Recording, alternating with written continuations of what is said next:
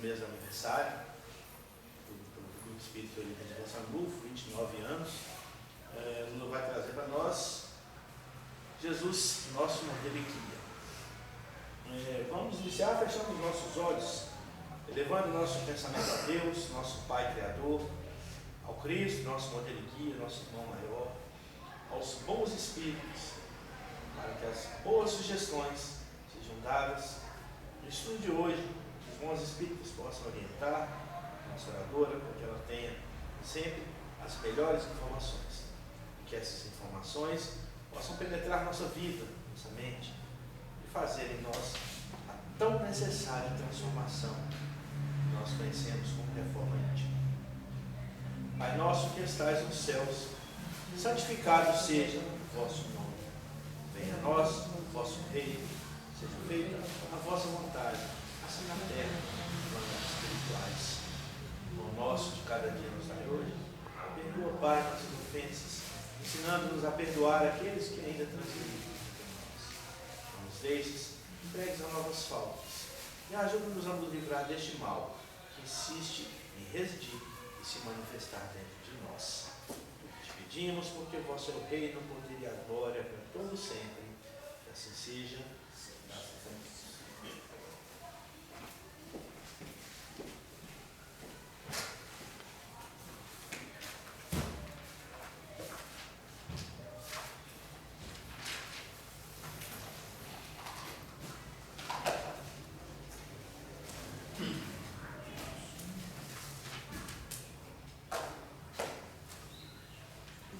Meus irmãos de Ideal Espírita, que Jesus essa noite, como todas as outras, esses anos todos nos acompanhando, que a nossa fé, que a festa do aniversário da casa hoje seja que a festa do aniversário da casa seja todos os dias, para que a gente continue com essa alegria nos nossos corações.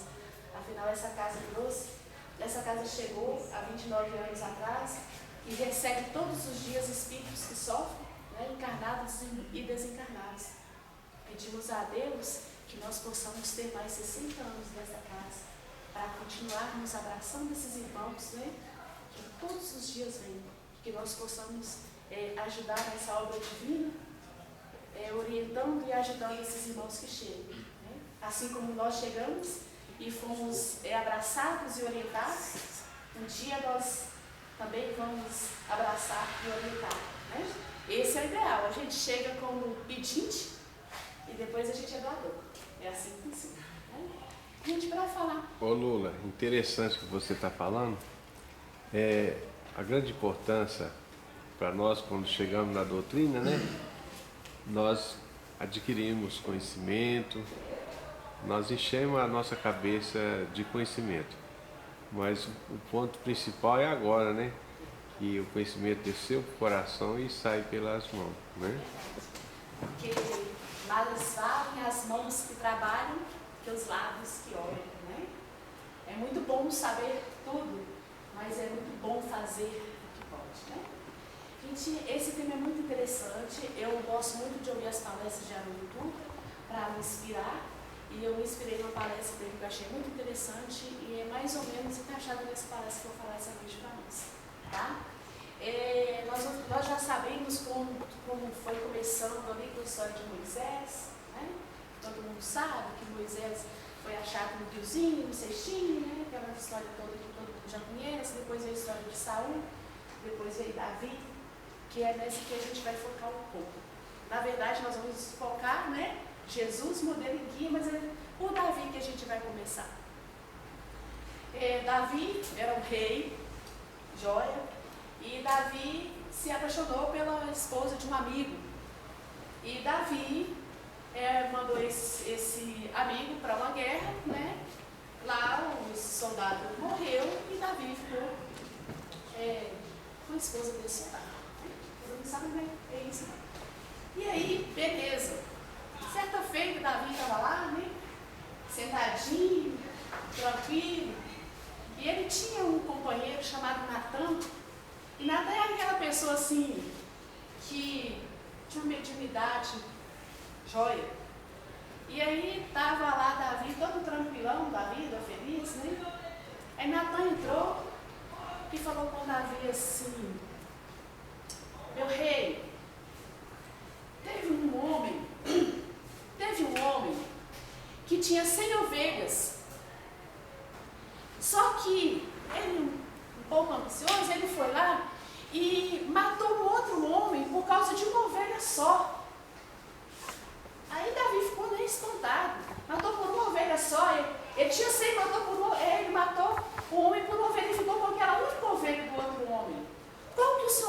seria a sentença para esse homem? A morte.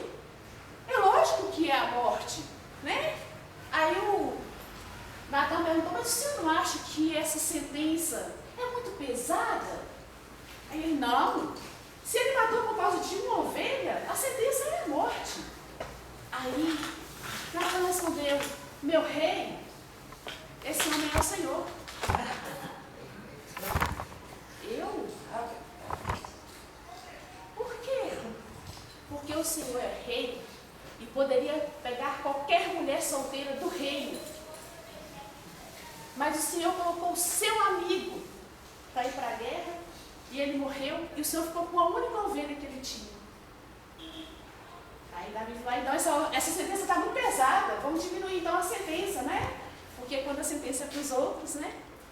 Qualquer sentença para os outros é pouco, mas quando é para a gente é um pouquinho mais carregado. Aí Davi ficou com aquilo na cabeça e eu vou ter que fazer alguma coisa para consertar isso que eu fiz. Aí Natan foi embora e Davi começou a pensar o que ele faria. Aí tem lá nas histórias, lá do Moisés, que eles guardavam a arca sagrada, né? E Davi ficou ali pensando o que ele poderia fazer para reverter aquela situação que ele tinha feito. Aí Davi falou, já sei, eu vou construir um templo enorme, porque eu sou rei. Eu posso construir um templo e eu guardo essa arca. Porque possivelmente ele achava que Deus estava ali dentro, né? Naquela caixinha ali, ele pensava que Deus estava, então vou colocar essa arca num lugar bem grande, vou construir um templo bem grande, porque eu posso fazer isso. Isso. E aí ele foi e já tinha chamado os homens, né? Já tinha comunicado à comunidade. Todo mundo já estava sabendo. Aí Natan era aquela pessoa tipo, não se muda. Aí Natan chegou e falou, meu rei, fiquei sabendo que o senhor está querendo construir um templo. Mas Deus mandou falar com você que vai morar lá, não. Ele falou que não vai morar lá, não. Uai, mas como não vai morar lá? Estou construindo um templo para ele não vai morar lá. Aí Natan falou assim, olha, Deus falou assim, que tudo que é construído pela mão humana é material.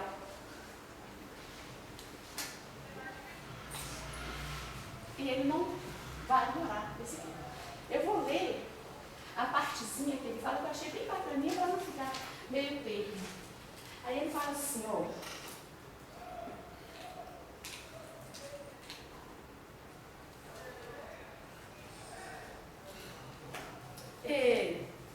Porque Deus construirá uma casa, mas sim Salomão, seu filho. Eu firmarei para sempre, disse Deus, eu firmarei para sempre o seu trono, serei para ele um pai, e ele será para mim um filho. E aí, nessa época, né, beleza, Davi não construiu, e aí falou com ele que ia construir um templo, mas ele construiria um templo no coração do homem. E aí Davi queria ajudar de alguma forma, porque precisava consertar aquela situação que ele fez lá atrás. Sim, mas ia ser um descendente, né, de Davi. Aí a gente pergunta, né? Jesus é descendente de Davi? Sim. Porque às vezes a gente acha que só sai coisa boa. No caso de Jesus é diferente, né, gente? Se lá na Bíblia fala que não sai árvore, não sai frutos bons de árvore bonita, né? Mas o Davi era bonito.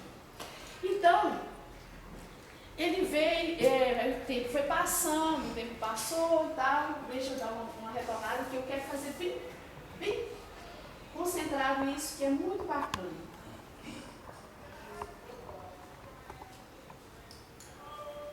Davi só ficou com um projeto, né? Só com o projeto. Depois o filho dele, com essa senhora que ele tornou de soldado, ele Ele que se chama Salomão.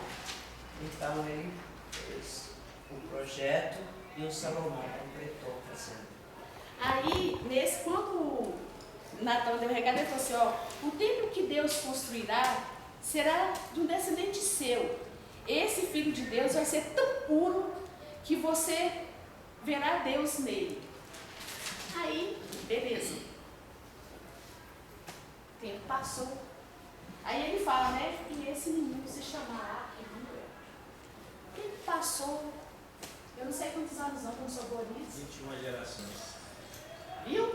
Por isso que é bom ter quem sabe. Eu não sei não, mas o que eu não sei, ele sabe. Então, se você tiver que perguntar para mim, eu não souber, eu vou falar tudo, tá? Pode perguntar. Aí então, 21 gerações depois, vem de lá, daqueles fim de mundo lá, vem uma mocinha, um senhor de mais idade, que inclusive é por esse senhor que hoje a gente lê, né, a gente sabe sobre o Evangelho de Jesus, porque quando veio essa proposta para José, porque ele era um impuro, íntegro, era um homem honesto, e por isso foi confiado esse ser tão puro para vir, né, com José. E aí, estava vindo de lá para cá, esse casal com essa criança, e encontraram Salomão. Você vai me ajudando? Se eu lembrar. Tá. Aí, nessa Salomão, Simeão, tá, gente? Simeão segurou aquela criança e ele sentiu uma emoção tão grande, muito grande. Aí quando ele sentiu aquela emoção, ele disse, eu estou segurando o templo de Deus.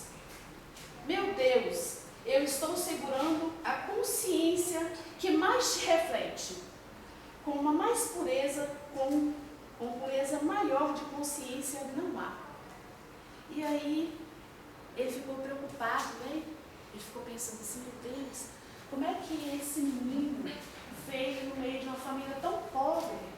Como é que ele vai fazer os projetos? Como é que ele vai trabalhar o que ele veio para trabalhar sem situação financeira nenhuma? Nasceu tão pobre. Como ele vai conseguir fazer tudo o que ele veio para fazer, né? E aí, tá, beleza.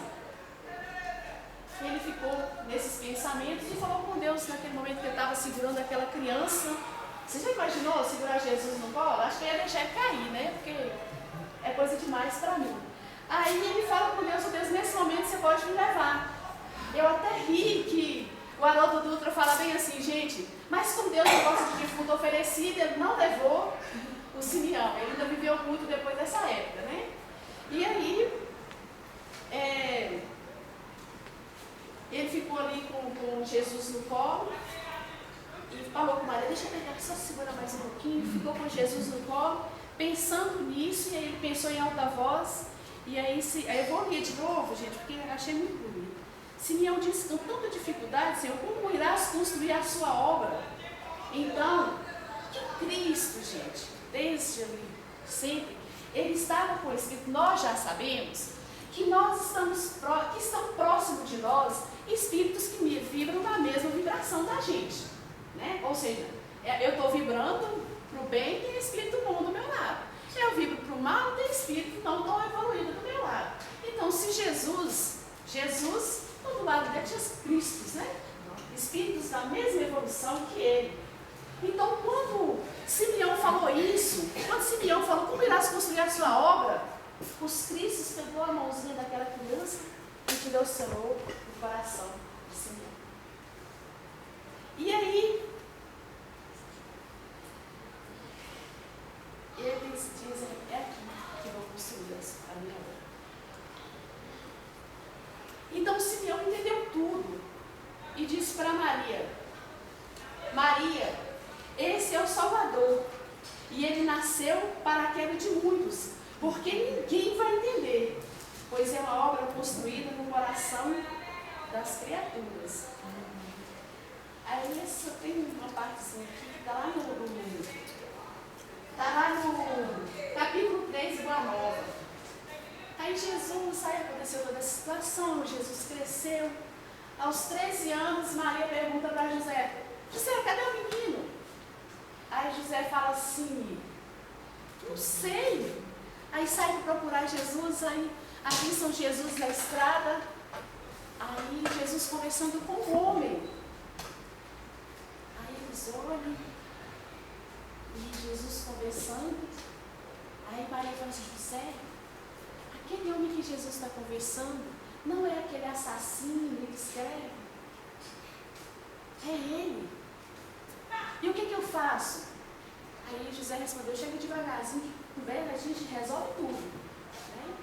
Porque quando uma criança está fazendo uma coisa ruim, você chega, dá um tapinha na mão, tapa no bumbum, você corrige. Mas Jesus estava conversando com um assassino. Como é que Maria ia chegar para ele e falar, não, meu filho, você não pode conversar com ele, não. Não podia. E foi andando dessa forma, e Jesus fazendo essas coisas extraordinárias. Né? Não aconteceu nada, Jesus começou com o menino, Maria chegou devagarzinho, no final deu tudo certo. Então, beleza, e passou, naquela época, aos 13 anos, a criança já era maior, já podia trabalhar. E Maria tinha uma prima chamada Isabel. Isabel, que tinha um marido que era sacerdote. Aí, Maria falou, gente, estou muito preocupada com o futuro de Jesus. Estou muito preocupada com o futuro desse menino. Que a gente, Maria já era bem mais evoluída que a gente, tanto que era mãe do cara lá, né? A gente tem essa preocupação.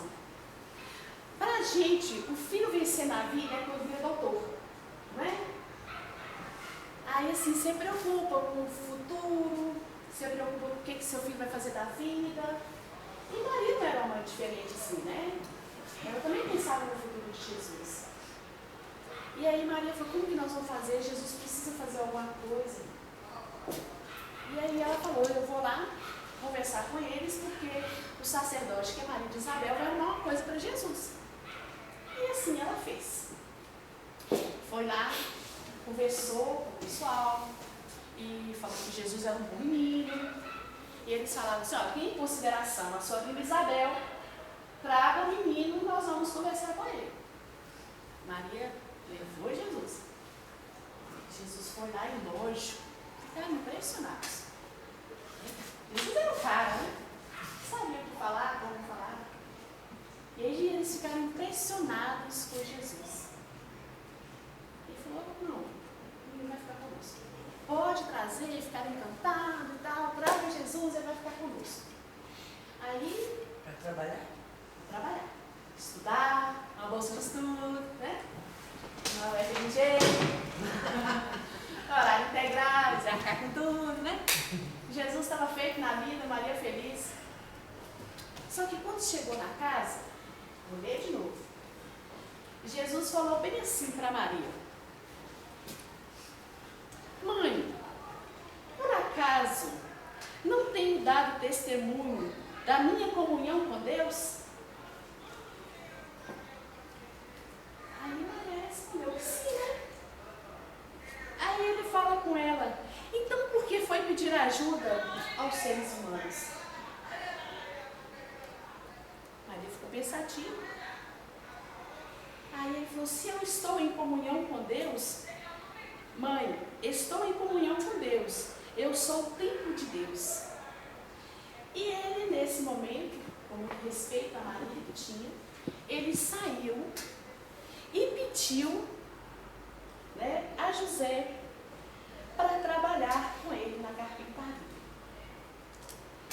E foi tido, e lógico que José deixou.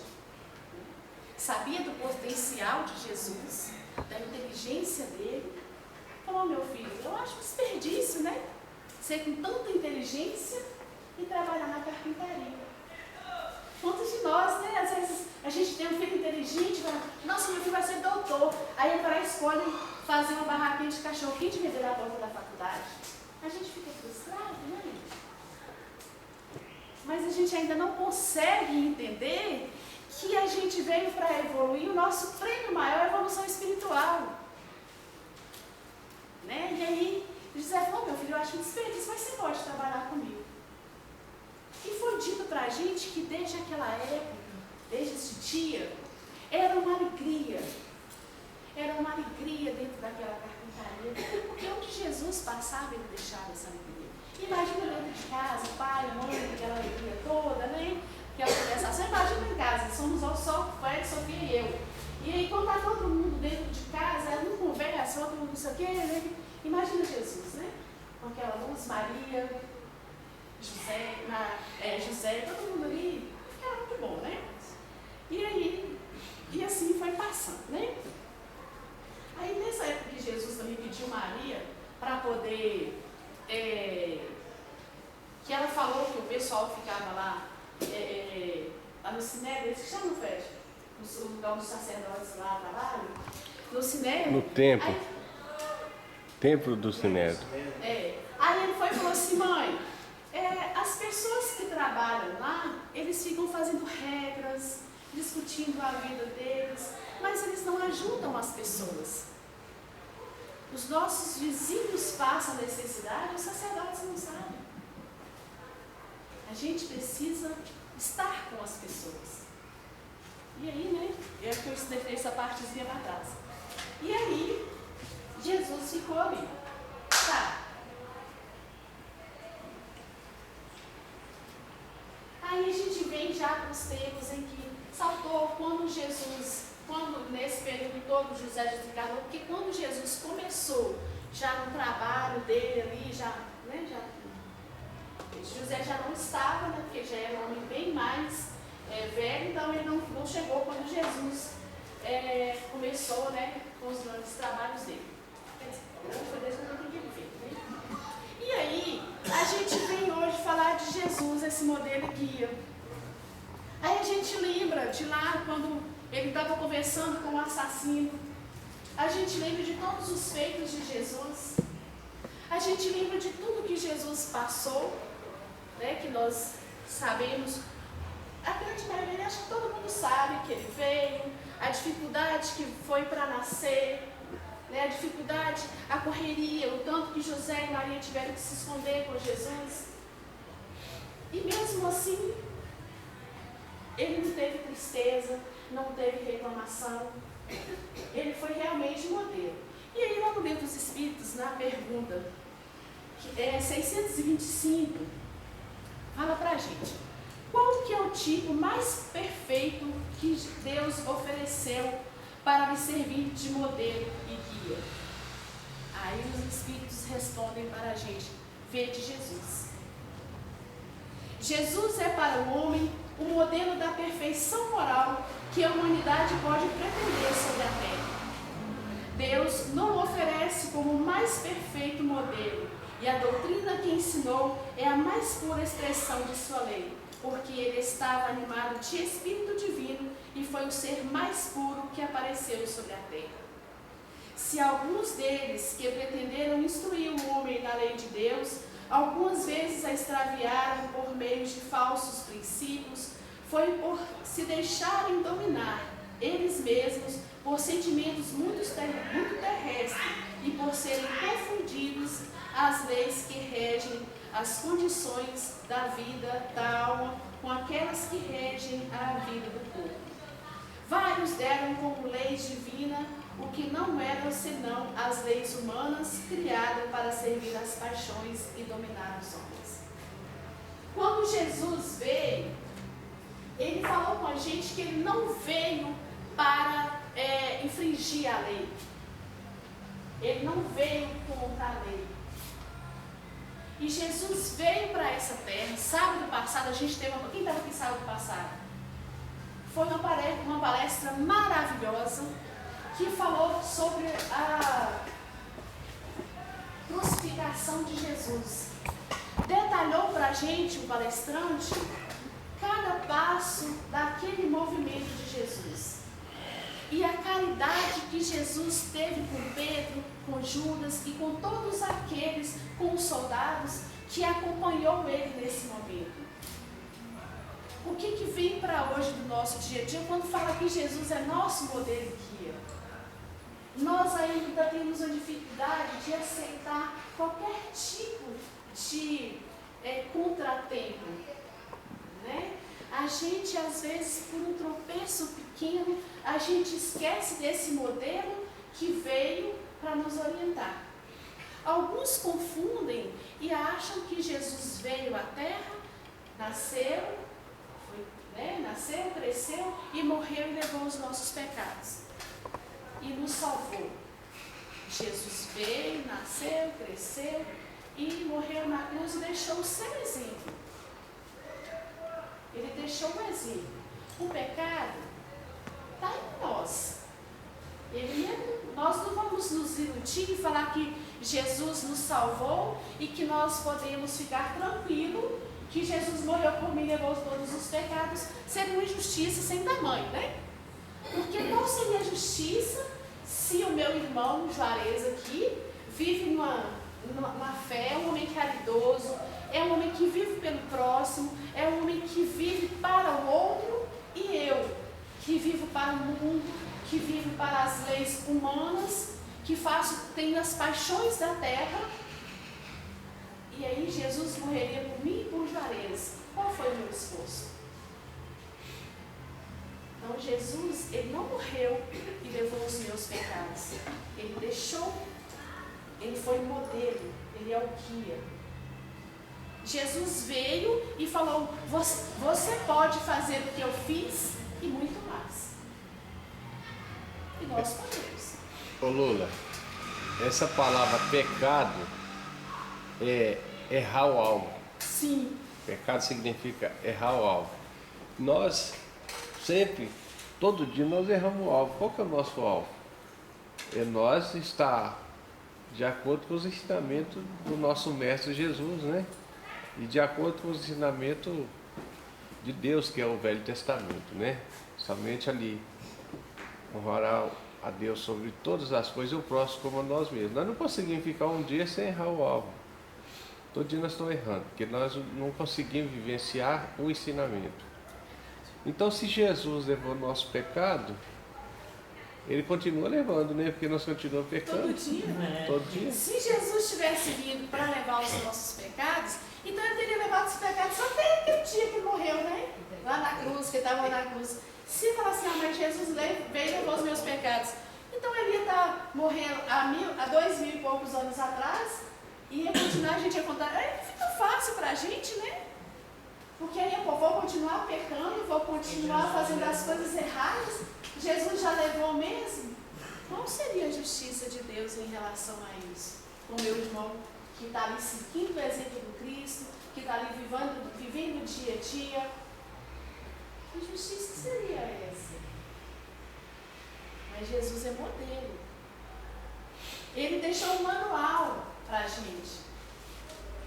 Ele deixou, eu acho interessante, eu acho que o maior exemplo, a vida de Jesus é todo exemplo, mas a hora da crucificação de Jesus, eu acho que é o mais interessante, porque ele sabia de todas as situações. Na hora que veio lá o soldado, que vocês devem lembrar o nome que estava aqui na palestra semana passada, que o Pedro cortou a orelha dele, Jesus poderia simplesmente ter deixado a orelha do cara caída lá, né? Mas Jesus, sabendo que ele ia ser preso, Jesus sabendo de tudo que aconteceria, falou com Pedro, põe a orelha do camarada no lugar do Pedro, ó, e foi lá e colocou a orelha do cara. Quando você começa a fazer esse trabalho aí, a gente vê que lá no livro de Lucas fala da genealogia de Jesus. Se alguém quiser ter mais no início do trabalho, procura lá na Bíblia, na genealogia de Jesus em Lucas. Tá? Mateus também relata, vai falar das 14 reencarnações, que é o processo da família, porque para ele vir não foi uma coisa assim exótica, porque tem uma história, como todos nós temos as histórias da nossa vida, e também Roque Jacinto relata toda essa estrutura que você colocou. Roque Jacinto, um livro chamado Maria de Nazaré, relata todo esse processo, toda essa caminhada até o momento em que Judas vai e volta, encontra com Maria, e ela, todo esse trabalho, Roque Jacinto relata. E o bom também, como você coloca aí, a gente observa, quando ele chega para fazer esse trabalho, o que ele vem fazendo também? Vem nos ensinar. Por isso, naquele momento, quando ele fala com Pedro, né, que ele corta a orelha, ele simplesmente não só curou a orelha para mostrar, mas abriu, porque muitas vezes nós estamos seguindo um trabalho, à frente de um trabalho, ainda nós não temos a compreensão. E ele, como educador, como mestre, nos orientou. Estava lá falando da lei de causa e efeito. Tá? Olha, agora guarda com espada, porque pela espada aberta tu será ferido. Ali ele já está falando lei de causa e efeito. O tempo todo nos instruindo, nos abrindo. Então, quer dizer, esse livro dele, aquele educador que procura ver os seus educandos crescer. Então, o tempo todo dele, como a gente vê como o Salvador, o pessoal coloca, não foi. É o educador. Que a gente, quem conhece a história da educação, vê que essa questão de educar foi perdido desde lá da Grécia Antiga. E é por isso que as dificuldades para que as pessoas retomem o caminho, para que se conheça da sua identidade, precisa dessa pessoa. E muitas vezes a gente não tem a noção do que está à frente, fazendo com que as outras inteligências também, porque ele estava trabalhando como a educação, vem para a inteligência, não vem para o corpo, vem para o espírito. Quando Jesus chega, ele vem tentar nos mostrar, saímos da ignorância que nos acompanha até hoje, tá? Aí a doutrina chega fazendo esse trabalho dele. Só que, como é um campo muito avançado e a gente ainda está um pouco atrás na evolução dele, ele usa desses artifícios, desses mecanismos, e vem nos mostrando. É importante que você está colocando, que a gente tenha essa olhada também, né? Porque lá na genealogia de Jesus, está lá no Novo Testamento. Porque as obras do Novo Testamento é todo um processo de transformação. Ao passo que no Velho, a estrutura é a base para que a gente possa chegar até aqui hoje. É o alicerce de uma casa. O Velho Testamento é o alicerce, para que a gente possa compreender o que tem que relatar o Velho Testamento quando a gente tem que falar de Jesus. Deixa eu só fazer uma correção. Jorge me lembrou que ele falou da genealogia, né? Na genealogia de Jesus, no Evangelho de Mateus, que é o capítulo 1, são 14 gerações, de Davi até o exílio da Babilônia, e do exílio da Babilônia até Jesus, mais 14. Então são 28, né? Só fazer a conta matemática. O Jorge falou das 14 gerações, e de Abraão até Davi 14, de Davi até o exílio 14, de Davi até Jesus 14. Então são 28 gerações de Davi até Jesus. Ficar certa a conta. É porque tem que se falar direito, né? Para não dar problema. Para não dar problema. Para a gente analisar assim. A gente, todo mundo, se quiser falar, tá? Esteja à vontade. E se tiver vontade de perguntar, o que eu não souber, sabe, e eu também sabe. Do ponto de vista assim, da família de Jesus, do ponto de vista da educação, Maria de Nazaré, um espírito de uma grandeza impressionante, né? E Jesus também. Mas nós vamos falar, vamos trazer Jesus para hoje, vamos esquecer que nós vemos muito Jesus pregado na cruz. Nós queremos tirar esse pedestal e trazer para dentro do nosso coração. Quando nós olhamos para o quadro, tem ali, amai-vos uns aos outros, como eu vos amei. Essa fala não é de hoje, essa fala foi para os apóstolos, naquele momento. Então, o Roque Jacinto, que o Jorge falou aqui, ele faz uma adaptação dessa coisa para hoje, certo? E eu me esqueci o nome do Espírito, ele diria hoje diferente: amai-vos uns aos outros como eu vos tenho amado. Quer dizer, isso aí, lá ele usou o verbo no presente, e hoje ele usaria o verbo, né, o particípio passado, que pega toda essa linha de tempo, né, de 2000 anos atrás até hoje. Amai-vos uns aos outros como eu vos tenho amado. Quer dizer, essa fala para todos os tempos, né? Tudo que ele fez naquele período nós estamos resgatando hoje, né? Tudo que você está dizendo é um negócio assim maravilhoso, né? tem uma historinha que o Rock conta de Maria no rodapé, que o Jorge não viu, certo? No rodapé do livro dele, que a Maria Jesus estava lá na carpintaria fazendo aquele trabalho e sumiu. Você vê o que Esse o Jesus também era trabalho, ele modelo, subia direto, né? o modelo que a mãe tem hoje, né? Jesus é o modelo para todos nós, e o modelo de mulher que você tem hoje. E ela começou a procurar o Jesus, o Jesus, o aramaico é o Yeshua, né? E ela saiu enlouquecida, não achava em lugar nenhum. Um sacerdote saiu na porta, que mulher louca aquela, sabe? E ela gritando, aí ele falou, peraí, isso é Jesus? Isso é aquele adolescente que está lá dentro falando. Ele foi lá, pegou e levou lá para o braço. Ele estava lá discursando com os doutores, que ela fala. É que quando ele chega, ele fala assim, Jesus, sua mãe e seus irmãos, né? Estão te procurando. Ele fala, quem são os seus irmãos e quem é a minha mãe? Quando ele fala isso, o papel da mãe, né? Ele fala dessa família universal, né? É qualquer mãe. Eu gostaria de te corrigir o Delbrando aqui. Essa palavra tem amado, quando ele fala como eu vos amei, significa eternidade. E nós fomos criados um dia e estamos eternos. Cristo nos conheceu quando nós era princípio inteligente.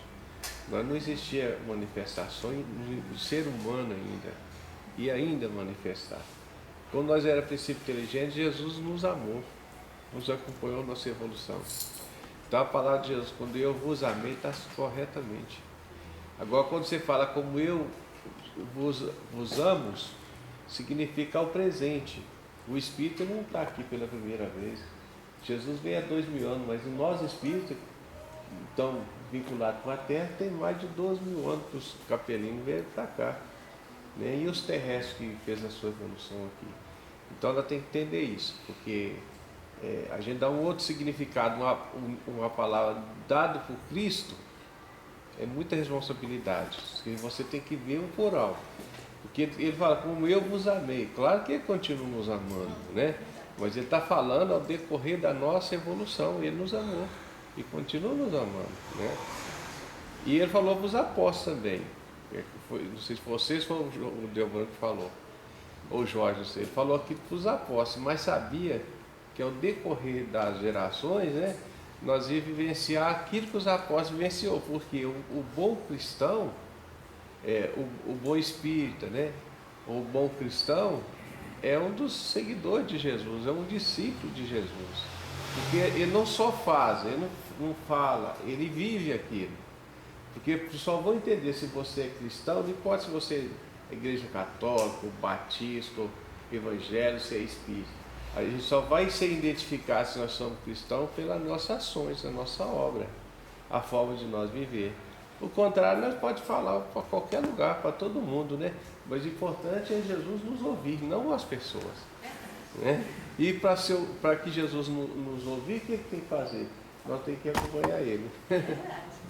Outra coisa que eu achei legal, quando ele coloca o lado de Maria, é uma das coisas que a gente tem que entender, gente. Nós temos que entender. E a doutrina é bem clara quando ela vai falar de genealogia, de gêneros sexuais. Ele coloca que o espírito do corpo feminino é todo o sentimento. E o espírito envergado no corpo masculino é razão. Olha, isso que a gente tem que compreender. Ao falar de Jesus, ao falar de Maria, ao falar de José, a gente tem que analisar essas coisas. O que é sentimento? Qual que é a ação do sentimento? Quando ele é trabalhado, o que ele é? É amor. Se Maria teve aquele espírito sobre a sua égide, por que aquele espírito também estava preparado para isso? Se José também foi o pai de Jesus, porque aquela trilogia de espíritos estavam preparados. Porque eles tinham um compromisso também. A gente fala só de Jesus, mas a gente tem que falar da família completa. Porque ele não é a parte na família. É toda uma família, é um conjunto. Porque senão não precisava nem de José nem Maria para falar que ele viria. Ele viria sozinho. E a gente tem que começar a desmistificar, sair desse senso comum, ir para o senso crítico. É isso que a doutrina nos pede. Sair dessa questão de igrejismo e começar a analisar com o olhar do espírita, com o olhar do espírito, porque sair dessa questão material. Por que ela abraça Jesus? Por que ela carrega o Cristo? Nós também podemos ser Maria, só se nós aceitarmos o nosso papel, o sentimento de amor que nós temos, e não se envolver pelo lado da razão, que é a masculinidade hoje está sendo exacerbada. Esse é o papel dessa doutrina. Quando ele vai falar de Jesus, falar desse trabalho todo, ele está falando de evangelho. Evangelho é instrução, é orientação. Isso que é evangelizar, é educar. Por isso que ele veio fazer. Educar o espírito, não educar o corpo. Porém, a educação dele é diferente da educação dos homens. A educação humana, ela foi feita mais para a gente servir. Ao passo que a educação dele, a gente quer ser servido com a nossa educação. Quanto mais grau elevado de conhecimento intelectual, mais os outros têm que me ajudar, me bajular. A gente vê as pessoas no alto cargos superiores da vida aí, são pessoas que tinham o extremo do conhecimento intelectual, mas quem o sustenta são aquelas pessoas mais pobres. O assalariado que sustenta quem está lá na parte mais alta do conhecimento intelectual. E onde está a visão do Cristo aí? Quando ele chega para nós, ele abre esse ego, nos mostra. É por isso que estou falando a questão do sentimento feminino, porque muitas das vezes eu acho bonito o trabalho de Jesus, eu acho bonito Maria, mas o que eu estou fazendo enquanto Maria? O que eu estou fazendo enquanto Cristo? A gente fala tanto da boca para fora. Será que as minhas ações muitas vezes perdem alguém? Será que eu quero acertar dentro de uma casa espírita ao lado de uma pessoa que é carente? Será que o meu filho, que está na evangelização, está sentado junto com aquele que mora na vila? E é isso que a gente vai começando a compreender para entender essa missão de Jesus. Esse amar-vos é isso. Ou se a gente, nas nossas evangelizações espíritas, está sendo junto com a evangelização dos assistidos, são coisas, não, mas é isso que a gente está falando de Jesus, não estou criticando. Mas quando ele começa a trabalhar a questão, quando o Edelbrando falou da mulher, né, de Maria, esse sentimento vai ser elevado. Aí a gente vai entender por que Jesus vem e trabalha. Quando ele sai daquele tempo, o Edelbrando chamou, vamos trazer para o tempo de hoje, é isso. Porque ele fica muito na história e é bonito, mas o momento das ações, como fazer isso acontecer? Que a gente, as mães, eu falo que todos nós somos um pouco Maria todos os dias, né? Quando a gente vê hoje nesse mundo, o filho sai para trabalhar, o coração fica tão apertado.